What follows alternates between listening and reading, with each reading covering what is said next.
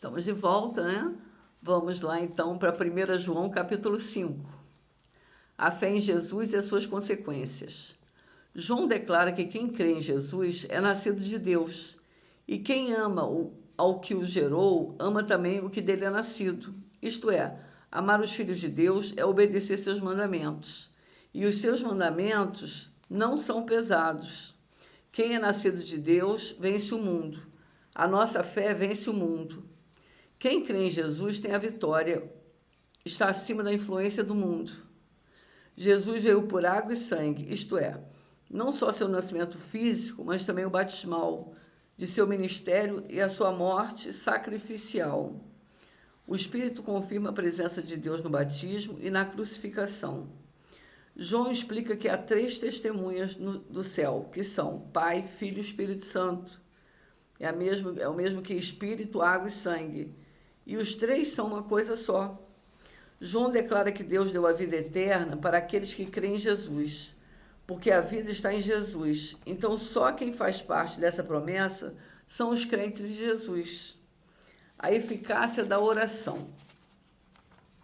Através de Jesus, os filhos de Deus têm acesso a Ele através da oração. Devemos pedir em seu nome. O nome de Jesus é como se fosse uma senha. João ensina que devemos pedir segundo a sua vontade. João ainda pede para orarmos pelos irmãos que estão cometendo pecado, não aqueles que praticam pecado como forma de vida. É para orarmos por ele, os que estão cometendo pecado que não é para a morte. E Deus dará vida, restaurará a pessoa. Aqueles que estão pecando para a morte, João não pede para orar, porque eles se revelam a si próprios como filhos do diabo e perdem a vida ao rejeitar a Cristo. Diz que tudo que se faz de errado é pecado, mas nem todo pecado é para a morte. João ensina que os que são nascidos de Deus não faz do pecado uma prática, e o maligno não pode tocar. Mas os que não são de Deus continuam nas garras do maligno.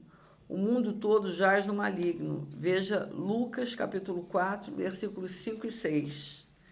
Lembra que em Jesus somos guardados.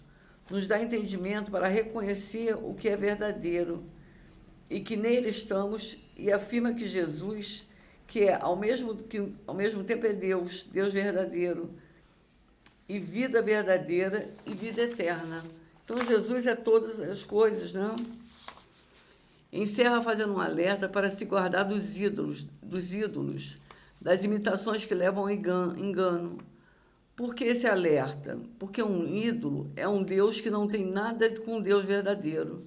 Lembrando que em Éfeso, a deusa Diana era idolatrada. Tanto que Paulo teve sérios problemas para pregar o evangelho naquela região. Vale lembrar que essa carta foi escrita aproximadamente 50 anos depois de Paulo ter implantado o evangelho naquela região. E podemos observar que a idolatria, ela persistia, né? Você imagina, 50 anos depois, ainda João está batendo na mesma tecla, né? Então, assim, a gente encerra o primeiro capítulo, e nós vamos, o primeiro capítulo, a primeira carta, e vamos agora para a segunda carta. É tudo muito curtinho, por isso que a gente está fazendo em sequência, tá?